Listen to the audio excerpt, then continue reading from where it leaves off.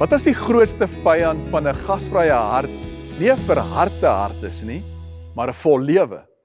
Ons kan so maklik dink, gasvryheid is 'n gevoel, 'n warmte teenoor ander. Maar die woord wat die Nuwe Testament gebruik, sê iets meer. Dit is philoxenia, letterlik liefde vir die vreemdeling. Nie net liefde vir my mense of my kring, die wat soos ek is nie, maar liefde wat plek maak vir hulle wat anders is, die een wat ek nie ken nie. En dit is presies waarheen ons genooi word, ook in hierdie skrifgedeelte in Jakobus, wat sê, as julle werklik die wet van die koninkryk van God onderhou, soos dit in die skrif staan, jy moet jou naaste lief hê soos jouself, dan doen julle reg. Het jy gesien, dit sê nie jou vriend of jou soort mense nie. Het jy gesien, dit sê nie jou vriend of jou soort mense nie. Jou naaste is wie ook al verby jou pad kom. Die vreemdeling word my naaste in die oomblik wanneer ek plek maak vir hom. Maar hier is die eerlike probleem. 'n Vol lewe kan nie plek maak nie. 'n Lewe wat tot oorlopends toe vol gepak is, het nie spasie vir onderbrekings nie. En die vreemdeling kom byna altyd op 'n ongeleentheid. Hy pas net nie netjies in 'n program in nie.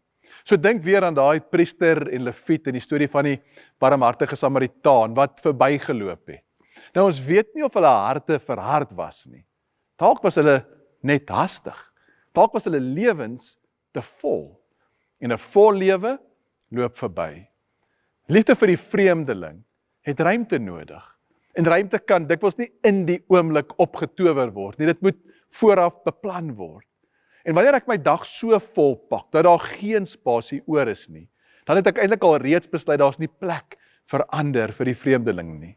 Maar wanneer ek doelbewus margin in my lewe laat, dan is onderbreking nie irritasie nie. Dit word 'n plek waar die liefde kan gebeur. Want onthou, wanneer ek met liefde na 'n mens kyk, hou daardie mens op om 'n onderbreking te wees en word 'n persoon, iemand met waarde. So hier is 'n oefening vir jou vandag. Kyk na hoe jou dag lyk en hoe dit voorlê. Vra jouself, waar is daar spasie? En as daar nie is nie, is daar 'n manier wat jy dalk kan skep. Dalk deur een ding van jou te doen lysie aftaal of bietjie spasie tussen jou verskillende afsprake te laat. En wanneer jy so dit doen, mag jy in jou hart ervaar hoe die Here jou lei om weer mense raak te sien. Kom ons bid saam. Here, ons is soveel verantwoordelikhede, dinge wat ons aandag verg, dat ons dikwels onsself haas van een oomblik tot 'n volgende, en dan uitmis op 'n ontmoeting met 'n ander. Here, help ons om nie te hardloop, daar waar U loop nie. Help ons om in U voetspore te volg, en om ag te slaan op dit wat werklik saak maak. En dis mense. Ons bid dit in Jesus se naam. Amen.